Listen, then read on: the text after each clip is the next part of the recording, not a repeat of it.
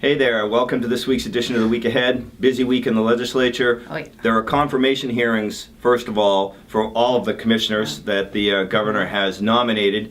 Those are going to take place between Tuesday, Wednesday, and Thursday. I know that the Workers' Comp Board Executive Director is up tomorrow, and the Department of Labor Commissioner is up on Wednesday. But in addition to that, there are other bills that we're watching. So Linda, why don't you start us In off? tax, LD 70, which is basically a tax credit for apprenticeship programs.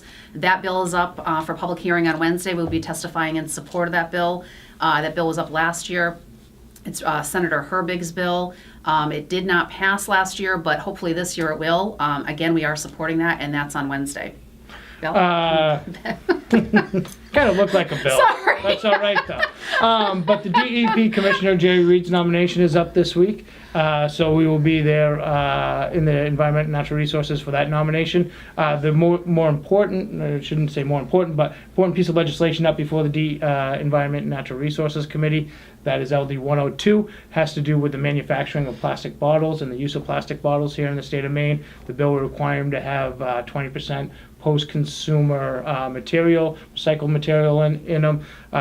Good idea. The problem is the technology doesn't exist to make that happen right now. It would impact all our plastic bottles here in the state of Maine, whether it be water bottles, juice bottles, milk jugs. It has a wide impact for that. So because of the impact it would have on our economy, we're going to be opposing LD 102 as it moves forward. Another big bill down in the Energy and Utilities Committee has to do with gross metering. LD 41 and LD 91 will be up. This is a discussion we had at length during the last legislative session during the 128th. Has to do with behind the metering costs, and that's why it's gross metering, not net metering. Last session, the bill to repeal it from the PUC fell one vote shy of a governor's override. I think it's going to have a different result this session. It's going to be a very busy week in the Energy and Utilities Committee.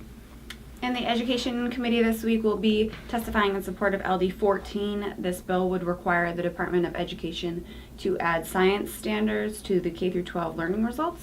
Also in education this week is the confirmation of Pender Macon, and then in the IDEA Committee, the confirmation of Heather Johnson. I already went through confirmations in front of the Labor and Housing Committee. They do have a public hearing scheduled for Wednesday on LD 75.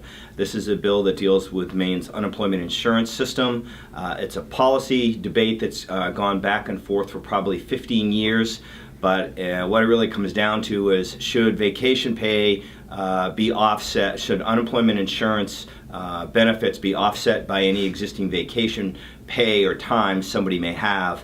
The legislature has gone in both directions on this bill for a while. All vacation time was offset, then none of it was offset, and then about 8 years ago they compromised and said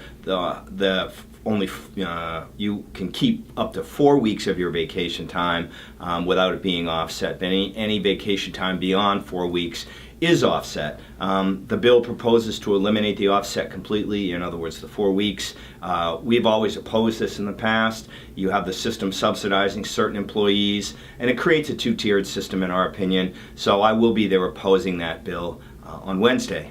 Beyond that, it's a busy week. We are up to 470 bills so far. That's as we tape this. I'm sure we'll be higher. A number of them are concerned to our members, and we'll be keeping you informed and up to date on when those bills are actually scheduled for a public hearing. So until then, thank you for joining us, and we'll talk with you next week. Stay classy, Maine.